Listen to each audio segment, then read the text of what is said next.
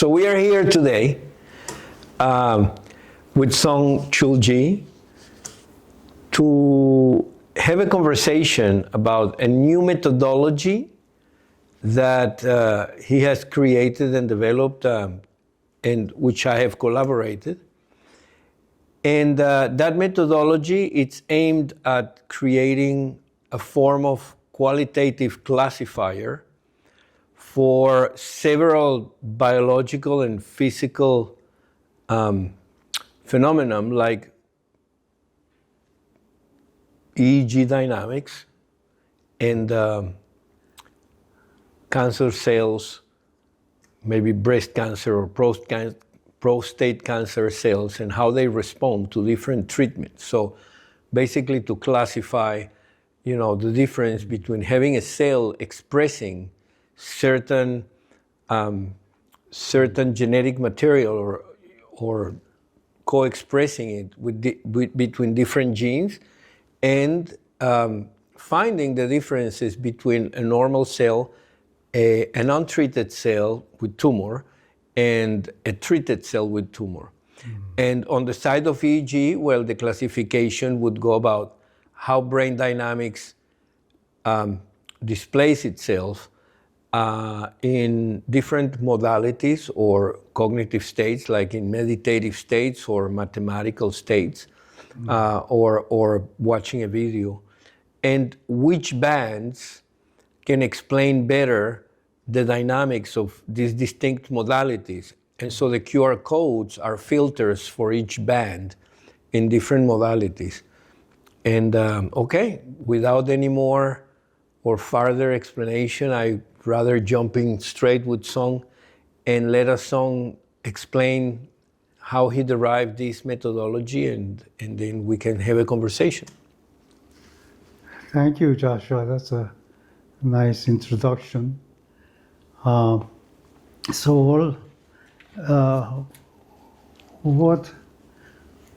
I'll talk about today is what is called QR code, which was adapted from DNA barcode. DNA barcode is well known. Biologists have used DNA isolated from various cells, animal cells, plant cells, and so on, and sequence those DNA regions unique to each species. People have found that if you look at DNA sequence carefully, there are regions which are common to monkeys, plants, or fish, and they were able to isolate those species-specific regions of DNA and sequence them and express the nucleotide sequence as a barcode, which is not too difficult to do. So that's called DNA barcode. Now, what I'd like to discuss today is what I call RNA barcode, which is similar to DNA barcode, except that RNA barcode, it's not bar, it's a square, so it's a RNA QR code, QR meaning standing for quick response code, that is widely used in grocery stores. Imagine that there's no QR code for each food item in grocery. The confusion that will result from not having identifiable label. Similarly, we have a RNA QR code, which serves like commercial barcode in grocery industry. So in grocery industry, you can track any item in the grocery market with a quick response code to pay for it, to store, identify, and so on. And I think we have similar sort of language that we can use to track living cells. Living cells are like items in grocery stores. There are millions of items in groceries. There are millions of cells in our body. And we have a very convenient way of tracking all the cells in our body with a QR code square. I'll show you right away what it looks like. I don't know if you can see this, but this is what we mean by QR code. Each square, each panel, 1, 2, 3, represents QR code, and each panel consists of black and white boxes. And the way the black and white boxes are distributed identifies cell function. For example, the upper one is a QR code representing normal human breast tissue, RNA analysis. The second one is breast tumor. Breast tumor QR code looks like this, which is different than the normal breast tissue. And the third one is the breast tumor after treating with doxorubicin, an anti-cancer drug. And so when you treat tumor cells with the drug, the tumor cell function changes, and that can be captured by this method, QR code, as a different from a tumor. Tumor before treatment, tumor after treatment. And so I'll describe how we obtain QR code, but again, this is to show the difference between DNA barcode, looks like this. DNA isolated from different cell types, different cells from different species can be analyzed and identify the species-specific regions of DNA and the nucleotide sequence of those DNA in those regions can be represented as barcode.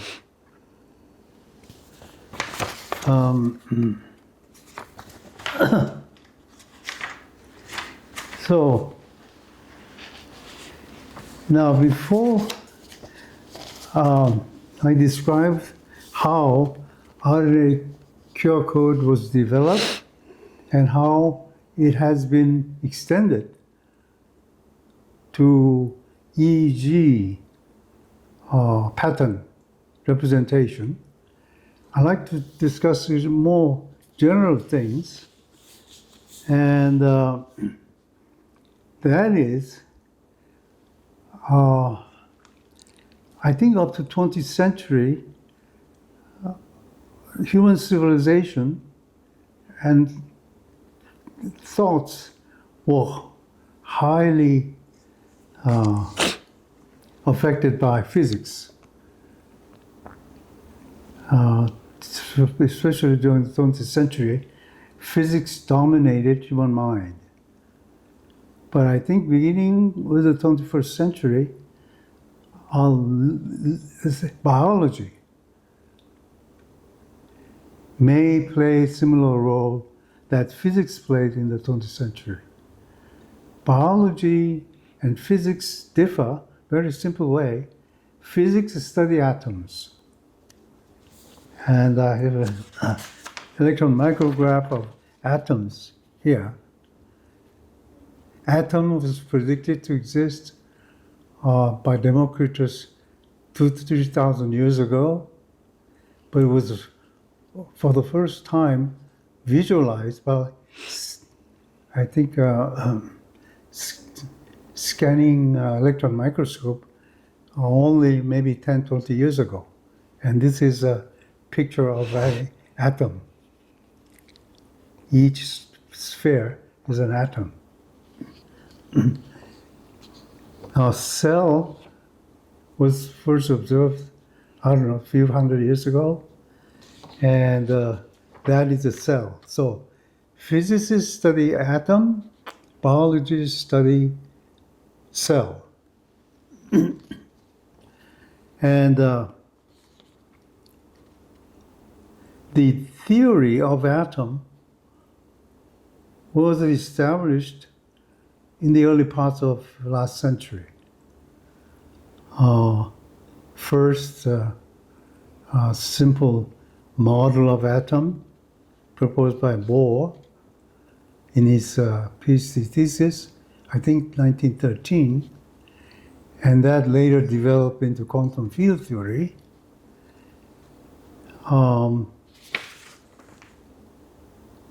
And physics, the physics of atoms have played an important role in engineering, IT, technology. Now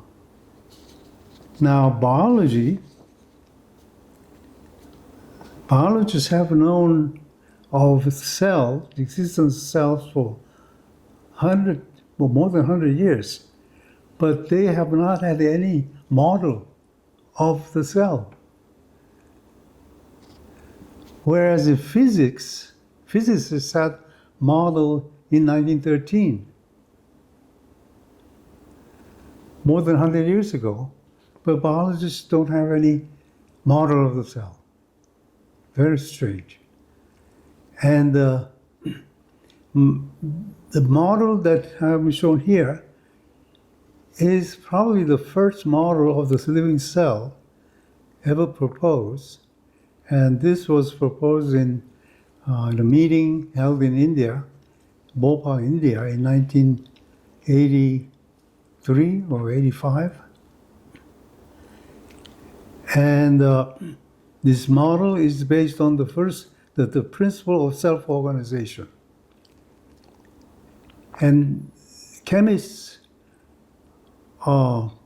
have studied self-organizing systems in purely chemical systems for a long time, and they were able to identify chemical steps which are essential for self-organization.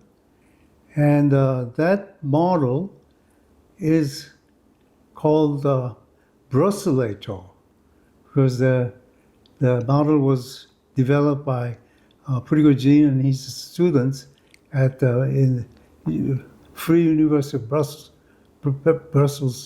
in Brussels. So it's called the Brusselator. And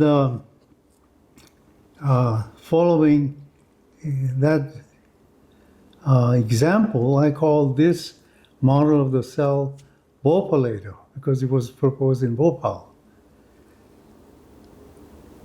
And it has a self-organizing, principle of self-organization, and principle of dissipative structures, which is developed by Prigogine and his group. And the principle of conformational deformation, carrying both energy and information, that's called conformal. And all the details can be represented diagrammatically as shown here. But the main point of the cell model is that cell consists of DNA, that everybody knows, which act as a template for making RNA. RNA now act as a template for making proteins, and proteins are essential in catalyzing all the chemical reactions that goes on inside the cell. Without protein, without enzymes, no chemical reactions can occur. There must be thousands of chemical reactions going on inside a cell, but none of them can occur without enzymes. So nature has chosen only those chemical reactions in the universe that cannot occur unless enzyme is present. So enzymes are essential for chemical reactions. When chemical reactions occur, they are not occurring randomly, but they are organized in space and time. So that you have a pattern of chemical concentrations inside the cell. Several hundred chemicals are formed and destroyed all the time, so their concentrations oscillate, and then they form some kind of wave inside the cell. And the pattern of chemical concentrations that is generated inside the cell, catalyzed by enzymes, determine cell function. So cell function and chemical concentration gradients are two sides of the same coin. And that's the sort of a summary of the theoretical model of the cell that I proposed.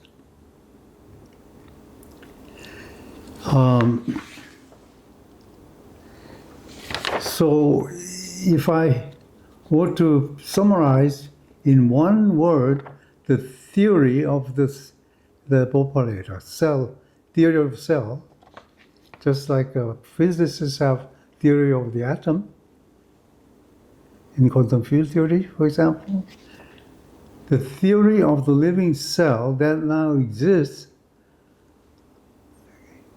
includes, if not the only, includes the cell language theory. I propose that the principle that goes on inside cell is similar to linguistic principles of human language. So what goes on inside a cell are molecular communication. Just as humans communicate through human language, molecules communicate using their molecular language, which are called cell language. And I propose all the detailed steps involved in molecular communication at the cellular level, catalyzed by enzymes. And that's called cell language theory. So cell language theory may correspond to quantum field theory in physics. And cell language theory was written up, in a book published in 2018. So we have a comparison between atom and cell, and the application of a cell is obviously medicine.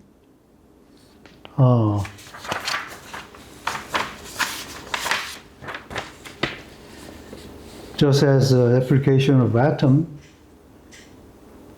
can include information technology, or its solid state devices, and so on. So this is a very big picture I have of the relation between physics and biology. And RNA QR code represents application of biology, application involving cell.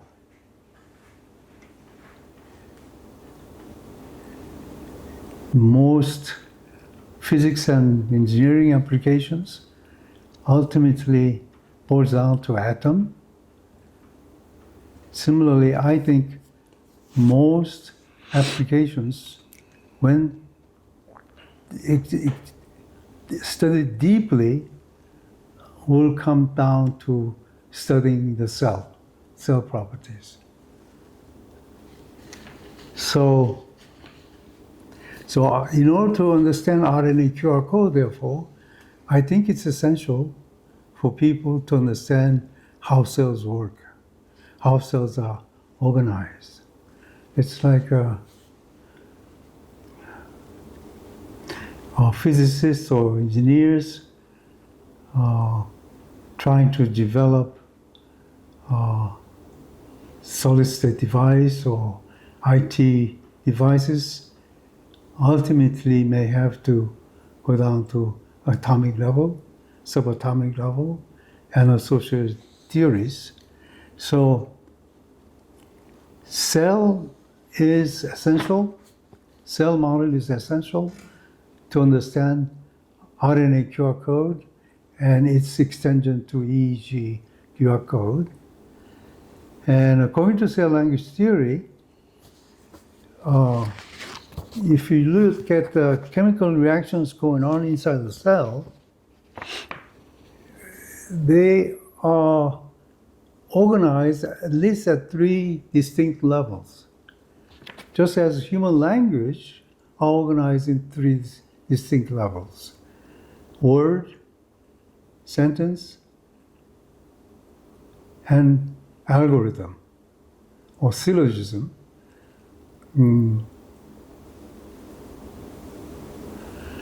Now, linguists tells us that words are essential to denote things, and sentences are essential for making decisions. To make decisions, you need at least 2 or more words, apparently. One word cannot make decision. I suppose the decision means selecting at least between 2, and each has to be represented by a word. So sentence is essential for decision making, to decide. And above sentence, 2 or more sentences are essential for making algorithm, and algorithm are essential for computing or reasoning. And inside the cell, similarly, these 3 similar levels may exist inside cells. Molecules are analogous to words. Enzymes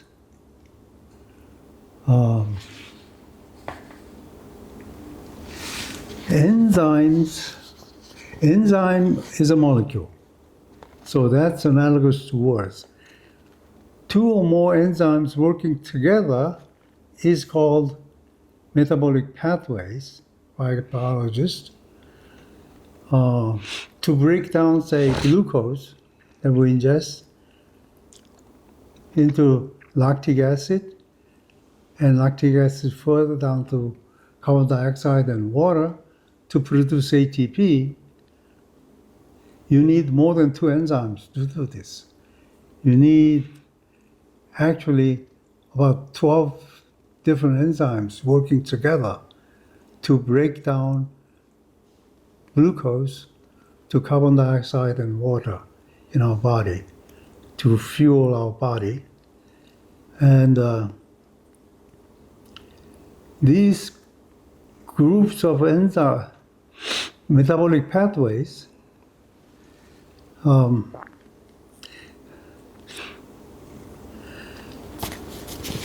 working together is called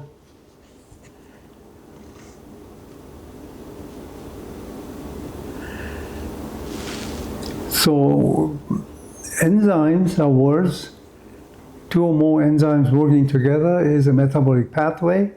Metabolic pathway is called metabolons for short. And two or more metabolons working together is called supermetabolons.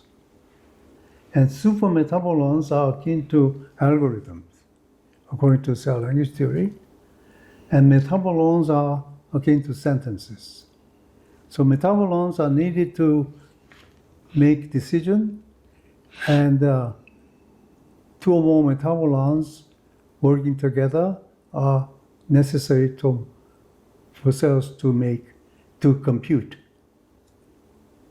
For example, whether the cell will become cancerous or normal, that sort of decision making may require metabolons.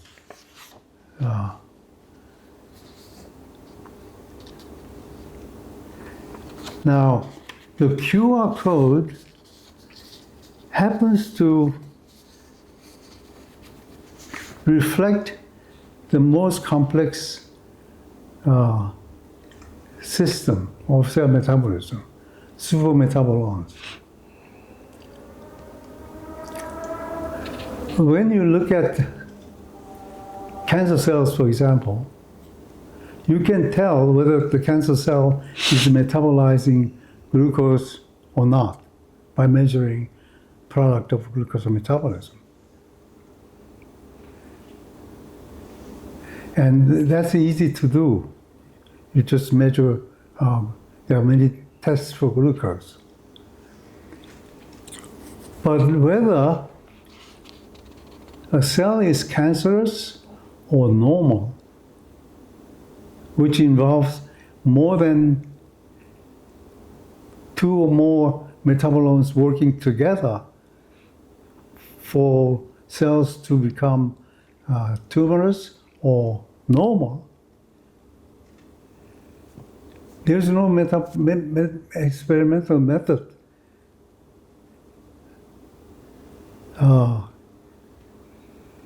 simple experimental method to measure such a process, whether normal cells are becoming cancer cells or vice versa due to drug treatment.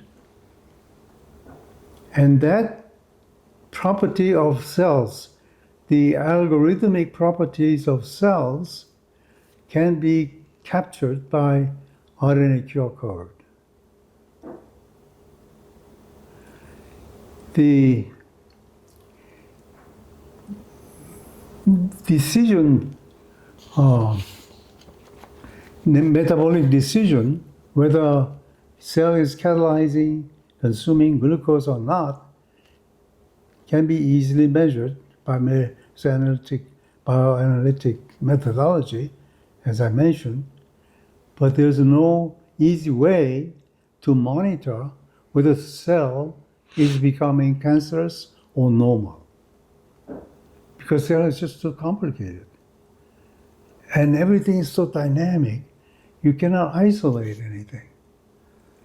But with the QR code, we can capture that.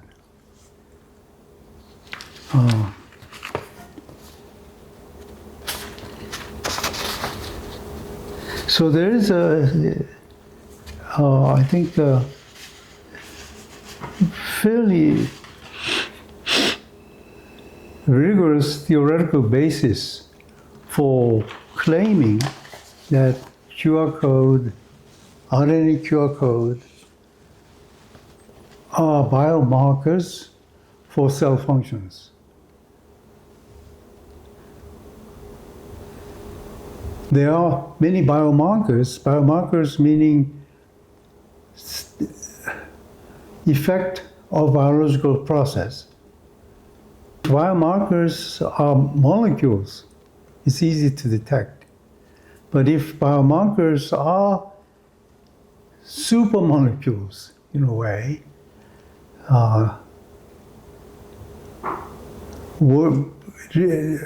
resulting from working together of several metabolic pathways, is not easy.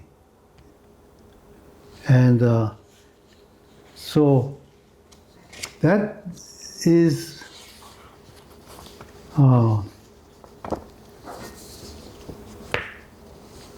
why RNA QR code or its similar QR code may be important in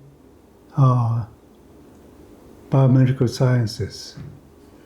Until now, biomedical sciences has depended on stable structures called the equilibrium structures by Brigogine, whereas QR code deals with the dissipative structures, dynamic structures like a flame or a candle, which can go off anytime. So with recognition of the important role that such dynamic structures, dissipative structures, play in cell biology, in health and diseases, we may be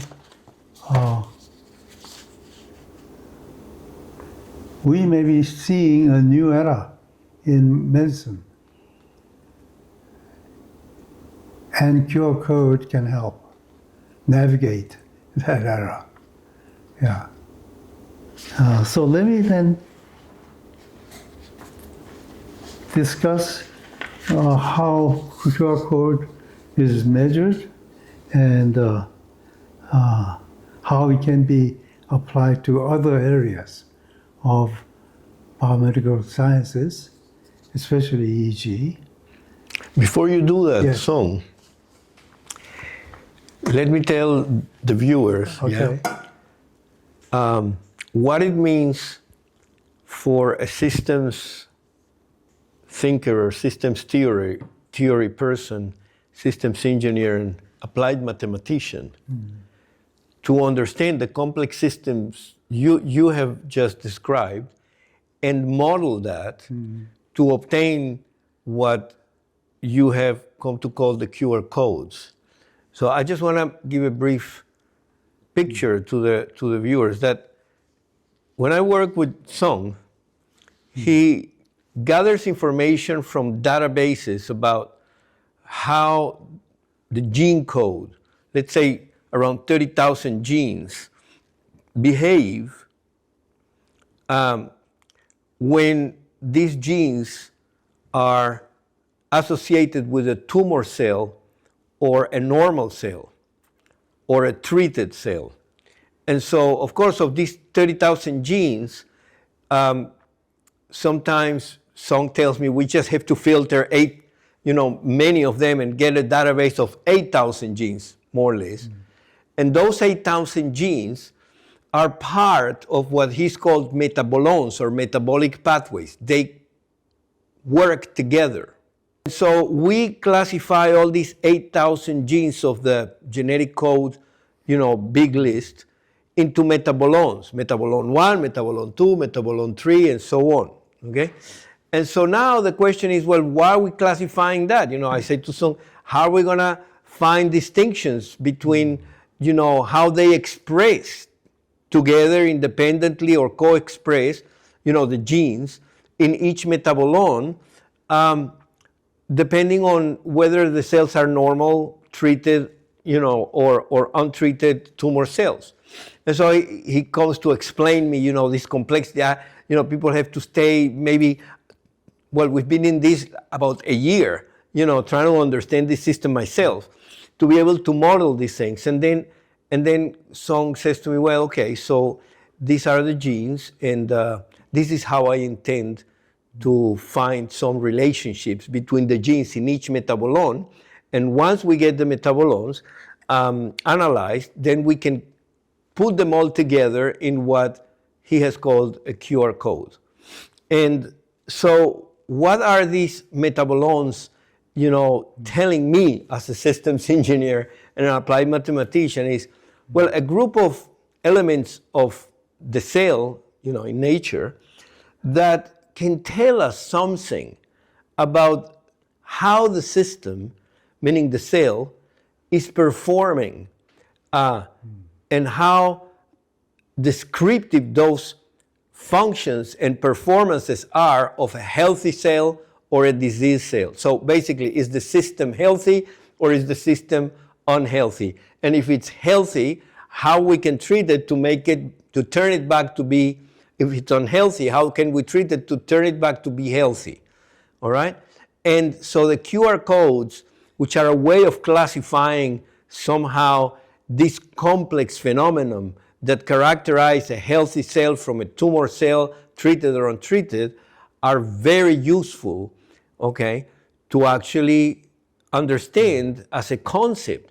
Because then if there is numbers that we can derive, if we can operationalize the measurements, connected with metabolomes, genes, etc., then with those numbers we may be able to do some meaningful statistical analysis to classify the different cells. Mm-hmm. And those numbers are the question that I posed to Sung. Where do we get those numbers from to conceive such an analysis under your paradigm, which is the paradigm of the metabolic pathways and the supermetabolic pathways, which is different than the molecular, bottom analysis. It's more of the big picture analysis. How do we find those numbers in nature?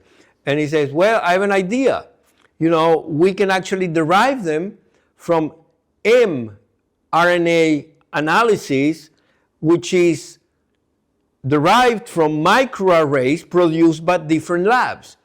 And microarrays gives us numbers associated with every gene of each metabolome, and those numbers express in a certain way in what he's named for me a copy number, but that's a very complicated also phenomenon that has many, many biological details associated to it, which need to be understood. But that number, according to the theory of Sung, it's a very important number from the mRNA perspective to be able to characterize the co-expression of different genes within different metabolomes to signal if these cells are healthy or, if they're treated tumor cells or untreated tumor cells.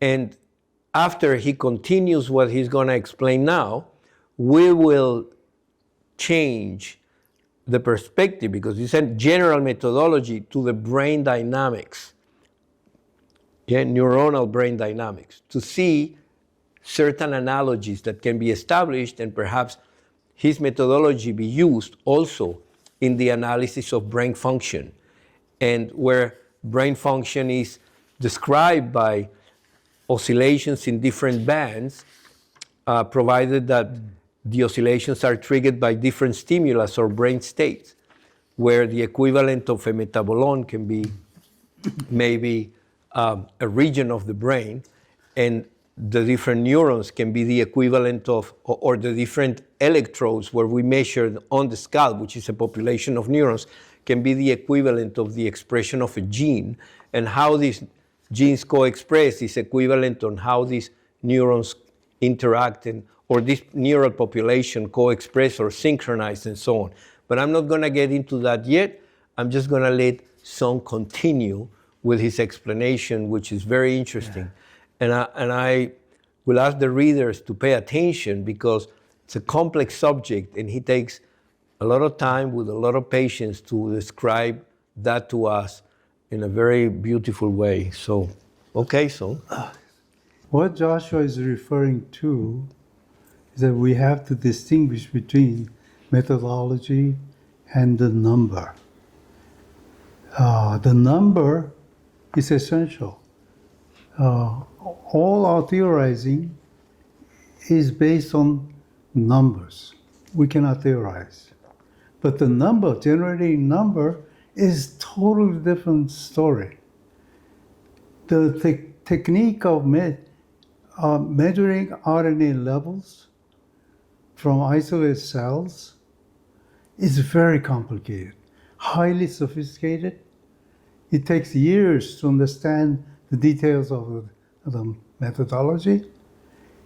It's called microarray method, which was invented at Stanford University in 1995.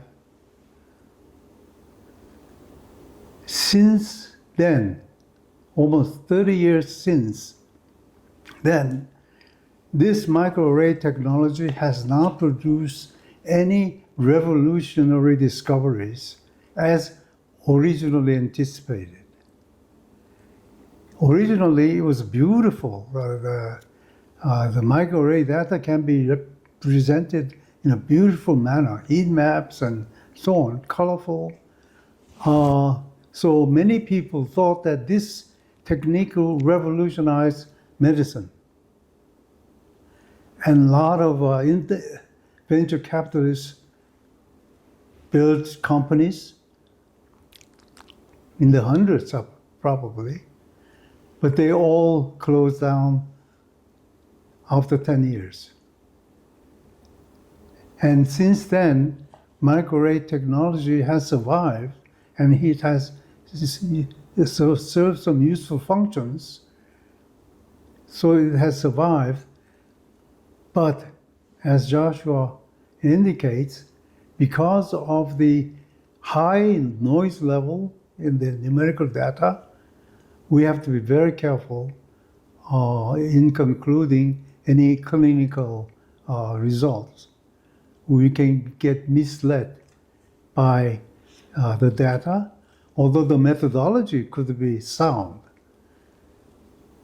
But what you put into the methodology will determine the quality of what you get. So we are experiencing that.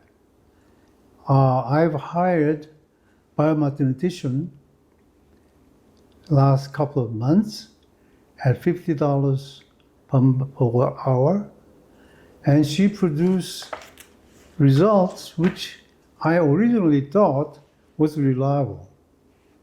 I thought she would have guaranteed that what she sent me is a reliable data.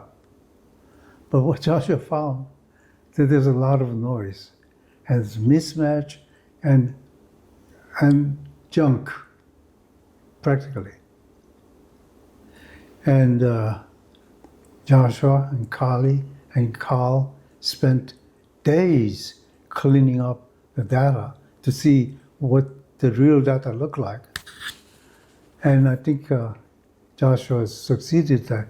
And they were last stage of determining how accurate her data is. She sent us the most recent data, which to me looks much better.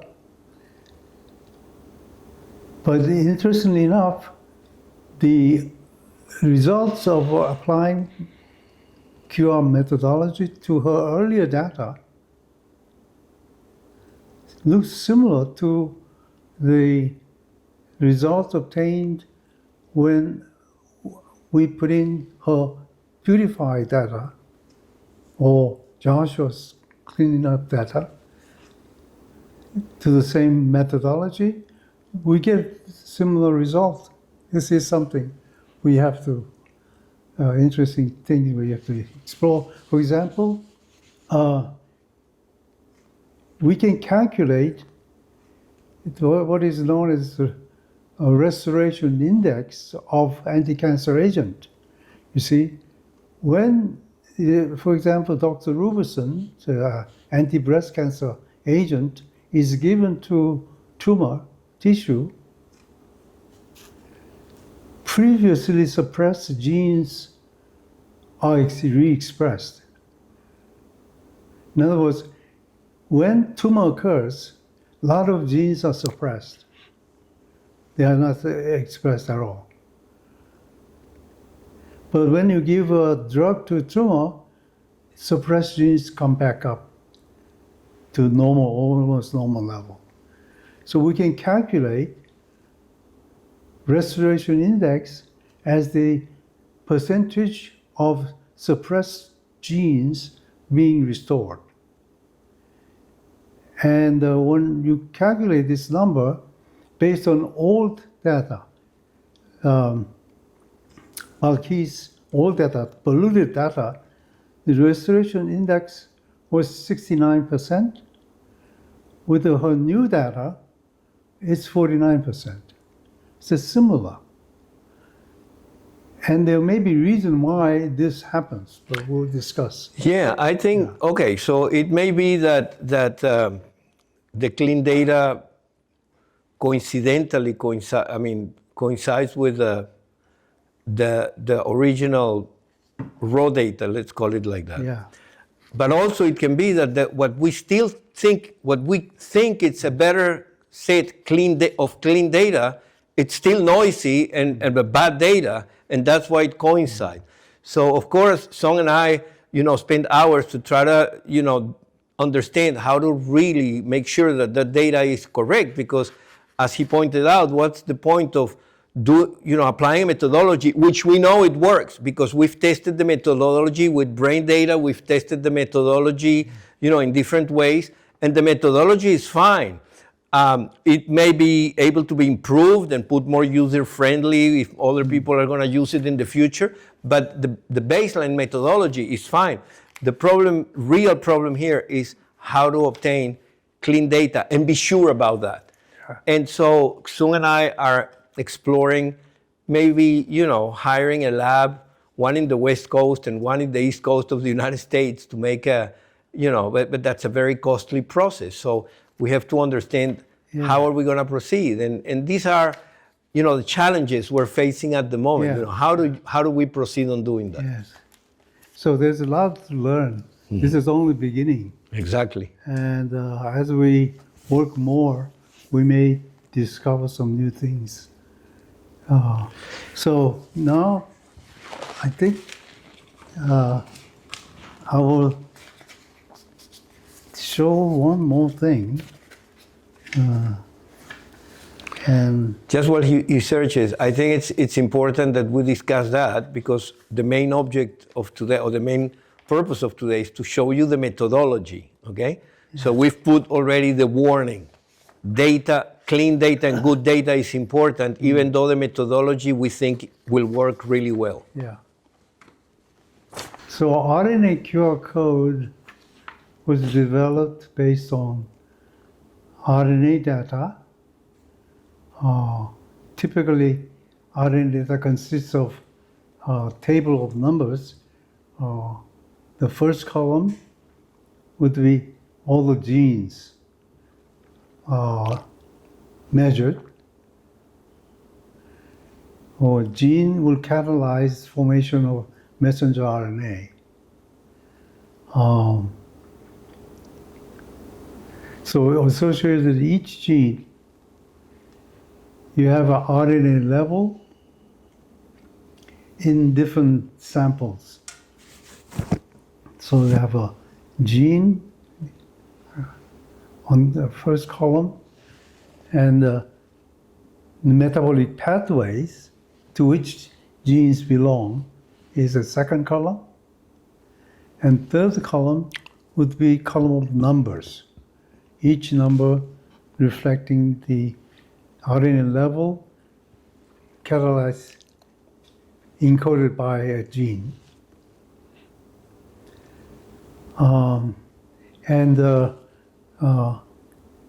The number of columns can vary.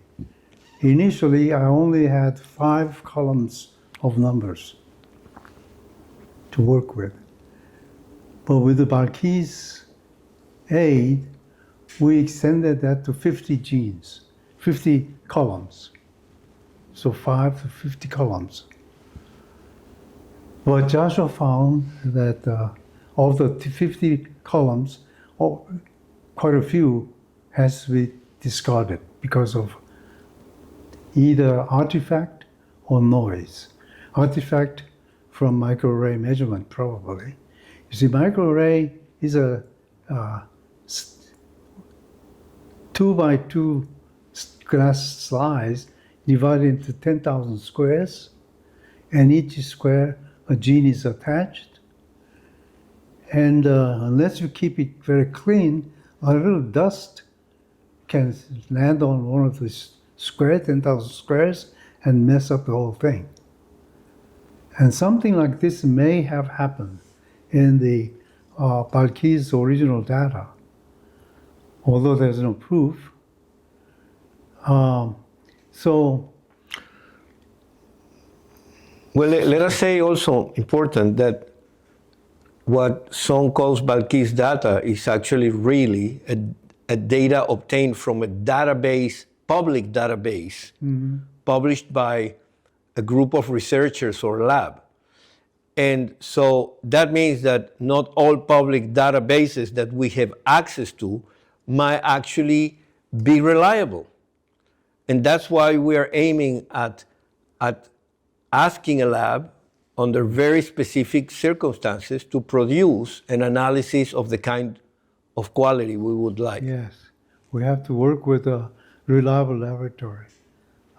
For now, it's okay. Yeah, because we're testing the methodology. Yeah, once we establish our methodology, we have to work with a reliable lab in a hospital or university situation, so that the results we get are reliable, because it affects patients' clinical outcome. So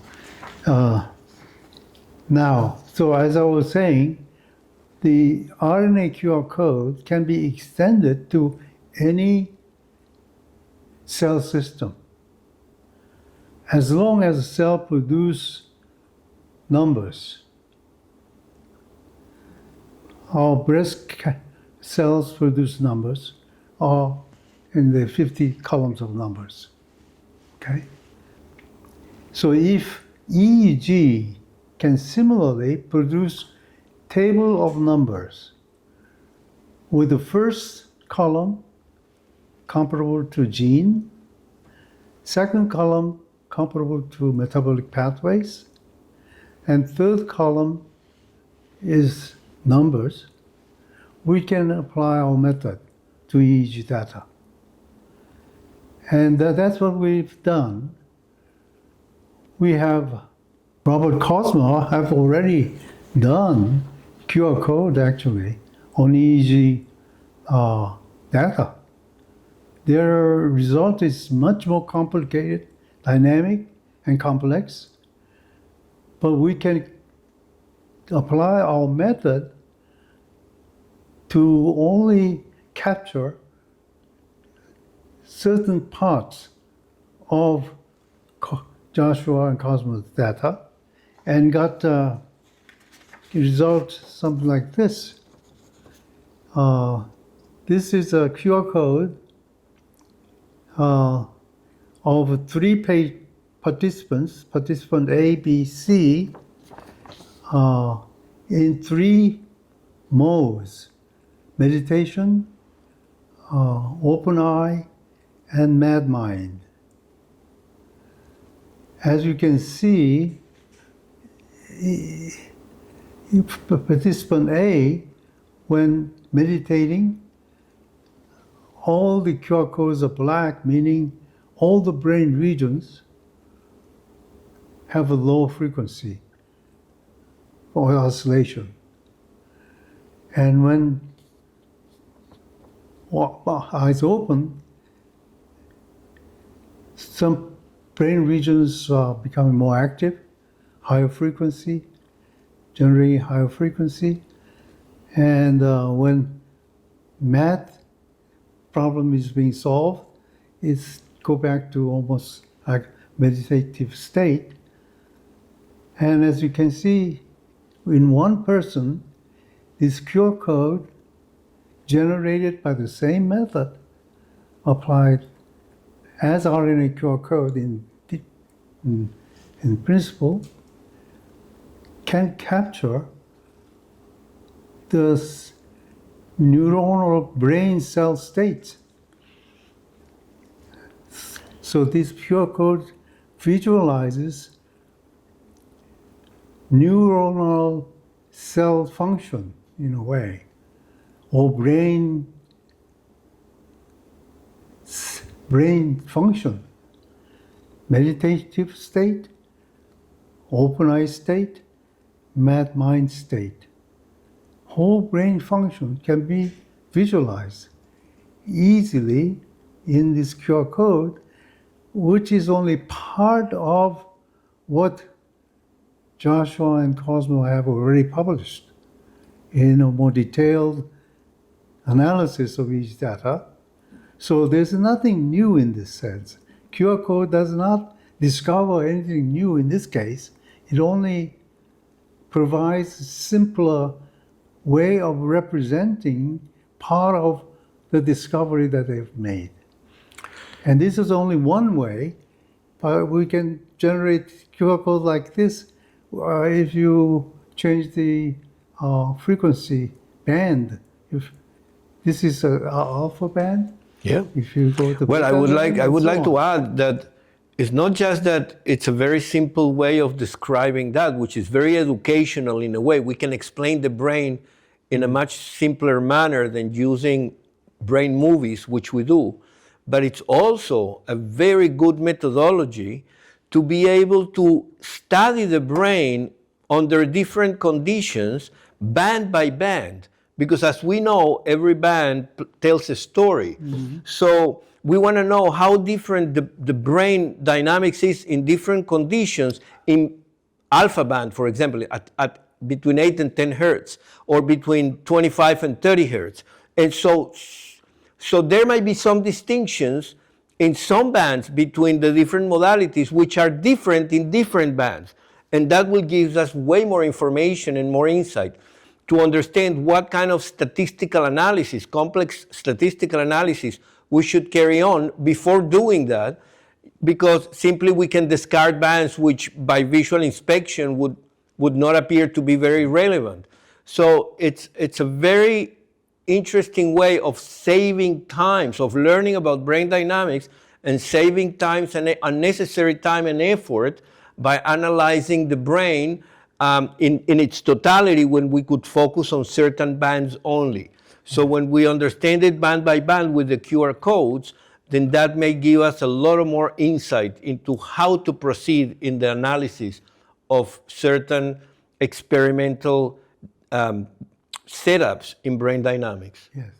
So this is simply a QR code, EEG QR code now we call, is a simple way of representing a complex discovery, complex phenomena being discovered. It's like a binary code, in my opinion. Or a filter. Yeah, you filter only those parts of interest at the moment, and by changing different filters, you see different aspect of very complex phenomenon, which is beyond the human comprehension if you do not use filter. No. It's very complex. So, and this is one person and the other person and so on. So this QR code can capture different brain states, or let me put it this way. The EEG QR code can make visible brain states of different individuals and different mental state of within a given individual. And that's clearly shown here. And I think a metaphor or analogy to comprehend this QR code may be available. That this is the 256 electrode that Joshua used to measure EEG data from human, and this is the matrix of electrodes, 256 electrodes in different brain regions. And I think we can make an analogy between this arrangement of electrode in human skull and piano keyboard. Piano keyboard has 88 keys, and if you assume that each electrode is analogous to piano keyboard, the human brain cortex would be analogous to a piano with 256 keys. So depending on which of 256 keys are struck, you have different mental state, different thoughts, feelings, and a snapshot of one of those keystroke may be QR codes. Well, an average snapshot. Snapshot. See, if we had in that example, which is really good, if we had a song, okay, and the song was changing QR codes millisecond by or second by second, Yes, let's yes, say, yes. because of the different frequencies that the song is displaying, and we analyzed certain bands of that frequency and we saw black and white changes second by second, then the QR code would be a snapshot of an average of the many seconds that the song lasts. Yeah. And if there are common patterns of that brain state dominating second by second, and they're related to that particular brain state, then we will be able to classify different brain states. Yeah. I think this allows us to use this EEG QR code as a means to discover CNS drugs. For example, if you have a Alzheimer's patient, say, whose QR code is like this in the middle, whereas the QR codes of normal persons look like this on top.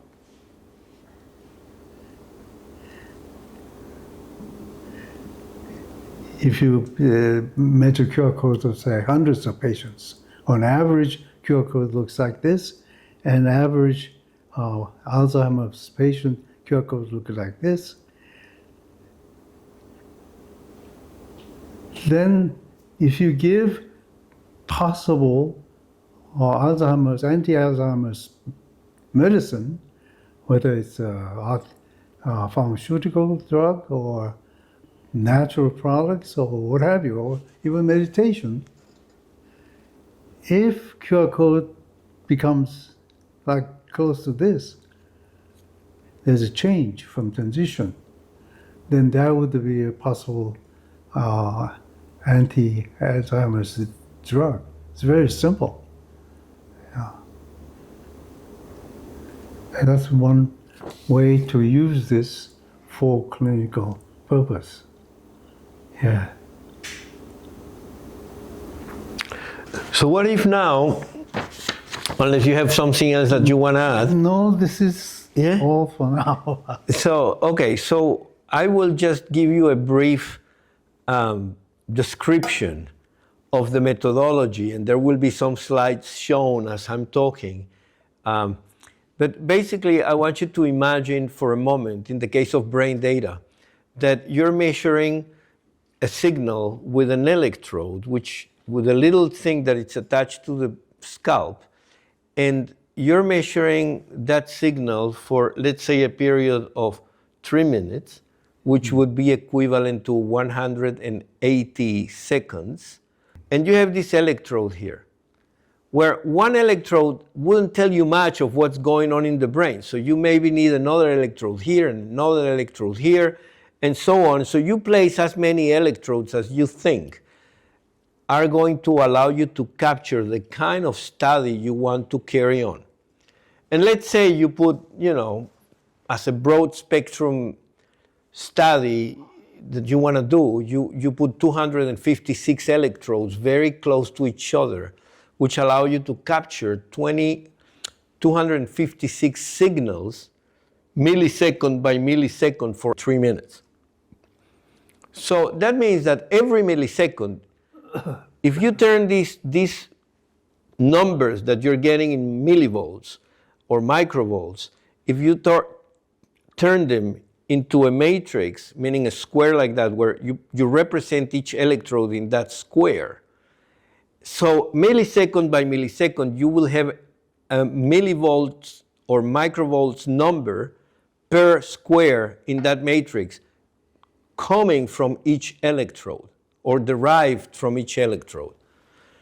So that, it's like a TV screen with numbers, and if you put colors to each number depending on the scale, from 0 to 10, 0 is white and the other one is black and everything in between is colors, then you would be able to display millisecond by millisecond a screen with colors changing. Let's say a person was meditating and the colors were fixated in green most of the time for that person and other patients too, other participants, meditators.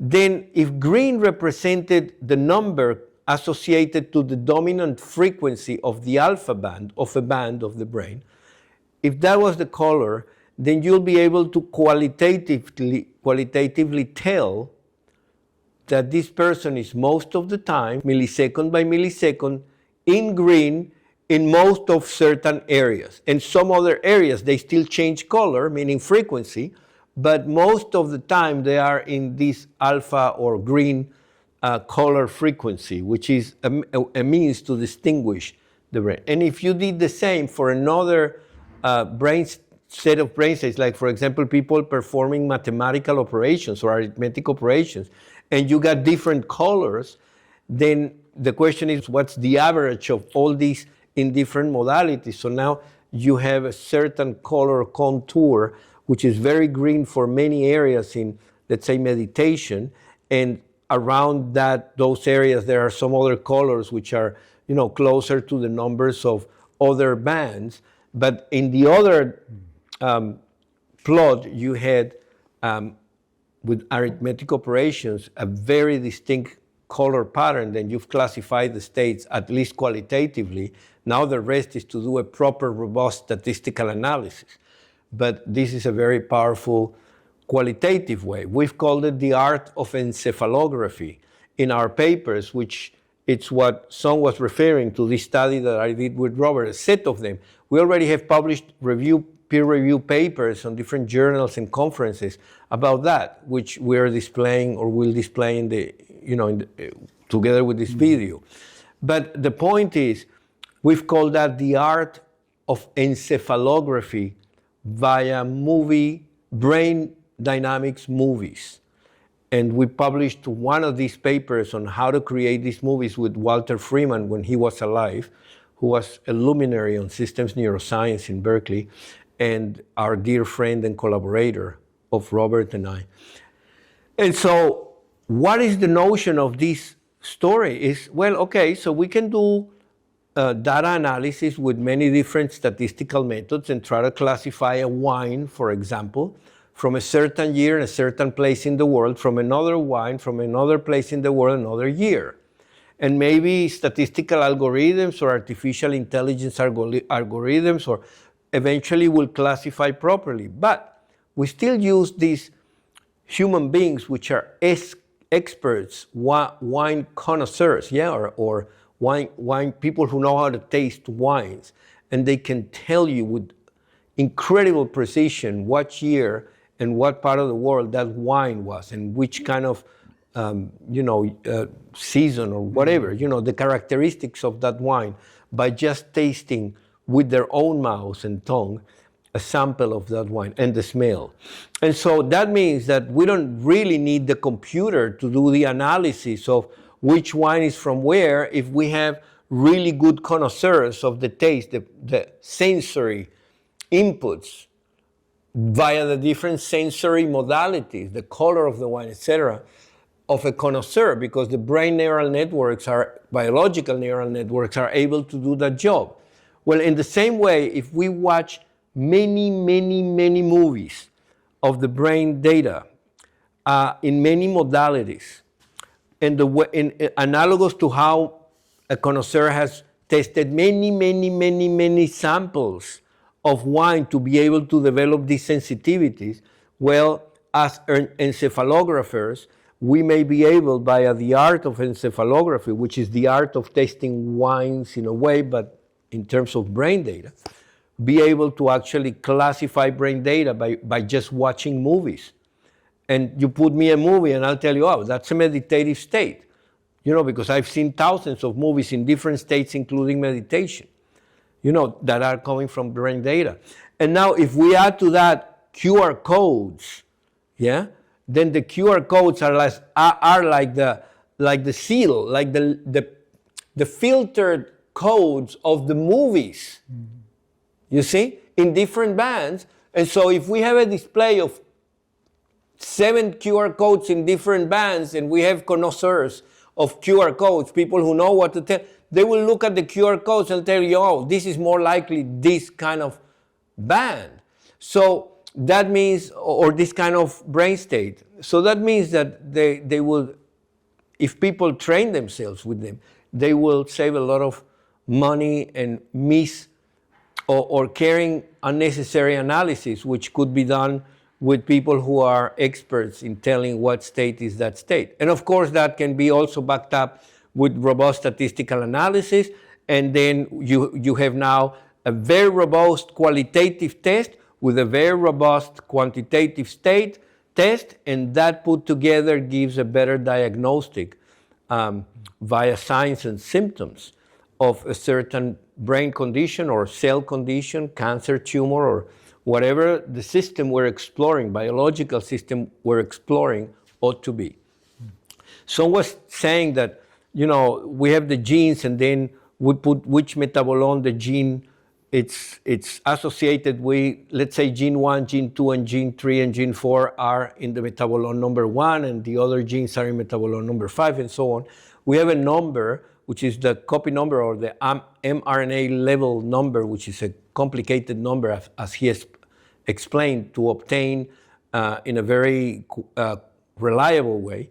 But if we have reliable numbers, then we can have many samples instead of just one sample from one participant or one sample from the same participant. We could have many samples, and as we have many samples, we can see if the different samples we take in random moments, yeah, of the same genes are actually co-expressed, as some call them, by applying, for example, a correlation analysis between samples. And so if the coefficient of determination, which is the coefficient of correlation squared, is above a certain threshold, let's say 0.5 or 55, which is already a threshold, or it would be a coefficient of determination above 0.5, which would be a coefficient of correlation of, a little bit more than that, square root of that. So, so that would be a very good indicator if the coefficient of correlation or determination are high enough, which is the point that I'm willing to make, then to put a 1 there, meaning accept the co-expression, or a 0, reject the co-expression. For each metabolome, okay, we would have heat maps where we see 1s and 0s or blacks and whites.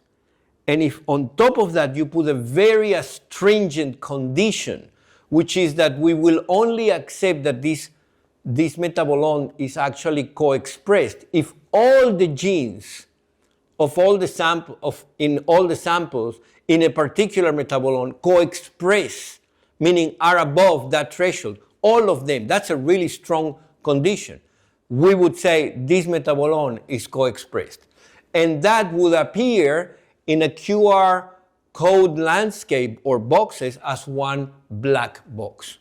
So you can tell that this is a very, very robust methodology. I mean, to get to become a black box in a QR code, you have to go through very astringent conditions of correlations between samples and genes and within each metabolome. And then we will have which metabolomes of the 80 or 60 or 20 or 200 that we have selected as relevant and clean would be co-expressed in the QR code. And then we would analyze how different is this landscape of QR code number 1 associated to normal cells as compared to these QR codes, which are associated to tumor tissue cells. And in the brain dynamic situation, where we don't use coefficients of correlations between channels, because every channel, it's a dynamical process. So really, each millisecond could become a sample of, and so that would be too many numbers, but we can use dominant frequency or any other operationalizable kind of measurement, and with a certain threshold to say, okay, if this is the threshold, then there is an expression of that particular condition. So doesn't have to be coefficient of correlation. Could be coefficient of synchronization, which can be measured with the coefficient, one of the types of coefficients of correlation or other synchronization methods, or it could be anything that we like. And so that's how flexible this methodology is. Meaning, we need just to classify things in a certain way which have a microscopic behavior, like genes, or let's call them microscopic, but at a certain scale, like genes. Then metabolomes, which is a little bit of a more macroscopic grouping of certain genes. Then supermetabolomes, these are a more macroscopic grouping of different metabolomes, and then analyze things at a macroscopic level. The results that we want to obtain are more macroscopic than microscopic. We're not interested in what one gene is doing at a certain time, or what one group of one electrode is doing at a certain time. We're interested in understanding what the pool of electrodes as a whole interrelated in a certain way, which means the pool of metabolomes interrelated in the certain way show us as a supermetabolome structure in a QR code. Or in the brain dynamics, the same. What functions of the brain are shown in the QR code to be more relevant in different modalities. I think you will be able to understand this in a deeper level if you read some of the papers or books that Sungchul Ji has produced, and we will put that in slides, and also some of the papers we've produced in brain dynamics. So cell biology, brain dynamics, and we have two really good examples on how the methodology can be used in the future. Yeah, I think the unifying theme of breast cancer research and EEG research, EEG data analysis, is again the cell. Both breast cancer and EEG signals originate from cells. That's why I think QR code can be applied to both, because QR code is sort of a new measure of cell functions. The reason people have not studied cell functions as we do is because they lack the method of investigating that, like QR code. I think there may be experimental method which allows one to study cell functions, cell as a whole, not destroyed cell parts. There may be some methods that I don't know of, but QR code is certainly one of the most useful methods for characterizing cell functions, whether it's in healthy cells or disease cells. And because of this, this QR code approach can be used to discover drugs, drug discovery, or treatment of patients, or discovery of natural products. Or preventive. Preventive, yes. Yeah. And the effect of, obviously, meditation on human health, and so on. So, but I want to ask you a question, because I think it's interesting at this stage to have a conversation. It gives me the impression, Sung, that what you've come up for the study of disease in cells, tumor cells, have opened up the possibility to understand the collective behavior of particular aspects of the cells, like genes, So let's say that the genes are, let's say that they are the unit of measurement or that we're interested in, but then that cannot tell us, one gene or another by itself cannot tell us what's really going on with the whole, cell. So then we have to understand how they collectively work, different genes within different metabolomes or metabolic pathways. And then we have to understand even more the collective behavior of different metabolomes.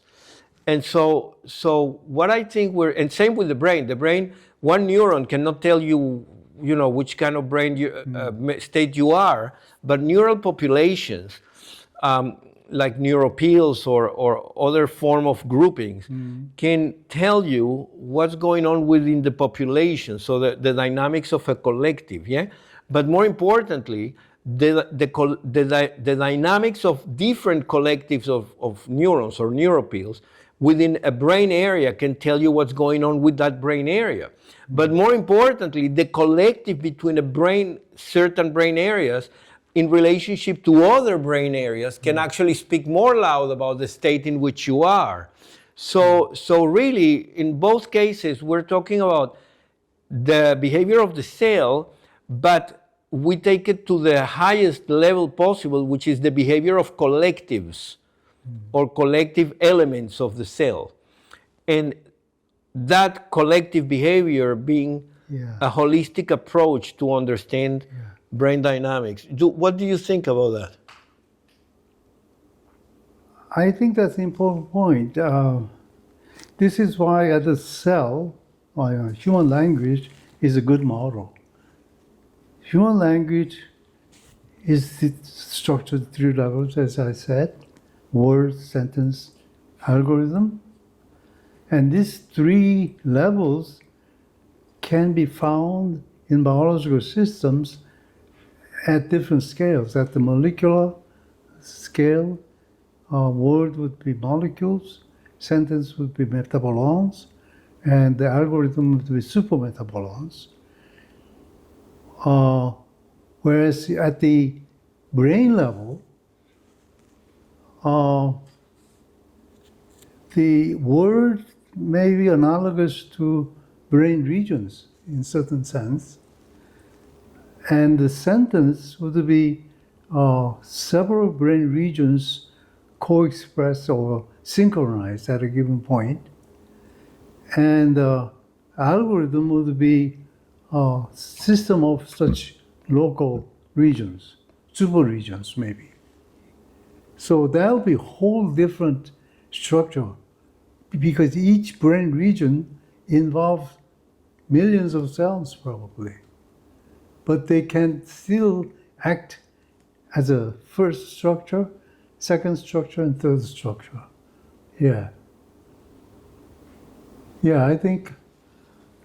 I think the study of correlation between brain regions would be analogous to studying gene-gene interactions inside the cell at the whole brain level, whole brain cortex level. You have 256 regions, interactions. That's a lot of interactions. Well, actually, that's interactions between regions on the scalp. Yes. But those electrodes are measuring millions of neurons. Millions of neural behavior superimposed. One with the other, coming from actually not just that particular brain region where the electrodes place, but a 3-dimensional kind of, let's call it sphere or ellipsoid, projecting from different areas of the brain, reaching that electrode. So mainly, maybe you get the ones that are here, but maybe you get ones these ones that are here in this area, the neurons, right here in the scalp, are very quiet at that moment, but the noisy ones are up here, but the noisy ones are getting to the electrode. So it's kind of hard to know, where is the signal coming from. There is a whole, body of science to try to detect that. I think the wisdom may reside in knowing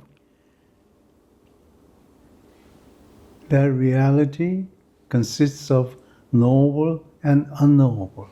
Yeah. Brain, EEG data consists of knowable aspect and unknowable aspect. So the wisdom lies in discovering or focusing on knowable aspect of it. Yeah. And the knowable aspect can be captured by QR code. And all details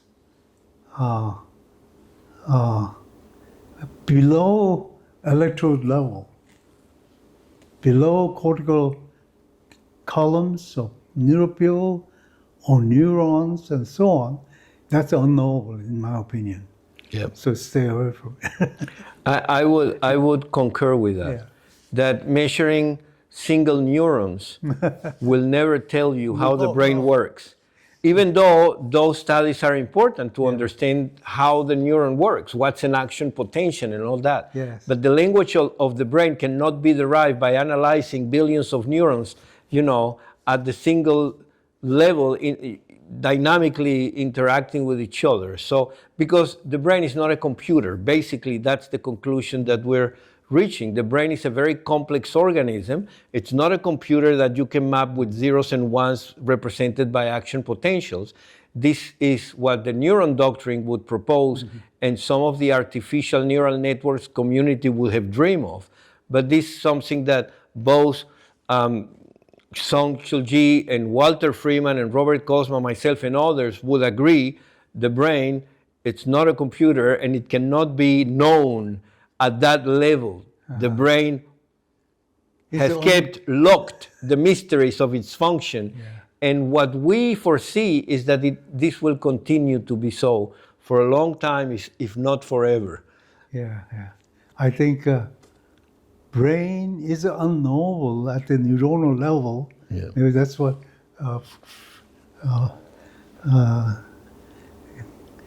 your boss perceived. Yeah. My boss, that might be God. Yeah. You mean Walter Freeman? Yeah, well, he was Walter close enough to God. Freeman may have discovered that. Yeah. Yeah. But brain is knowable via EEG QR code. Yeah.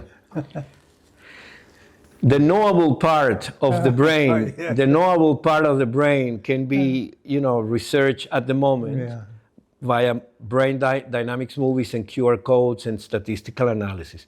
And we have so much work to do at that level that to think of anything more complex than that at the moment, maybe others can take part on fMRIs and other new technologies that will arise in the near future or the future to come. And our approach, EEG QR code, leads to clinical applications. Yeah. Hopefully, because this is a delicate territory. Clinical applications cannot be recommended lightly, so they require a lot of investigation and a lot of clean data and a lot of good methodologies, lest we actually recommend things which are not really good for the people and have too many, unwanted secondary effects. And so those are things that,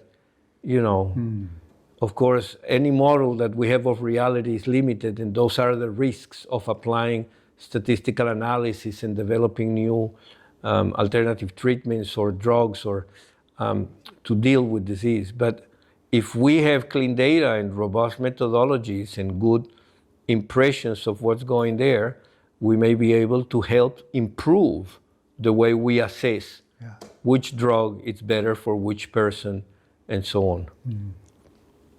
Or which treatment or which preventive alternative. treatment is better for each person. We also talk soon about personalized medicine.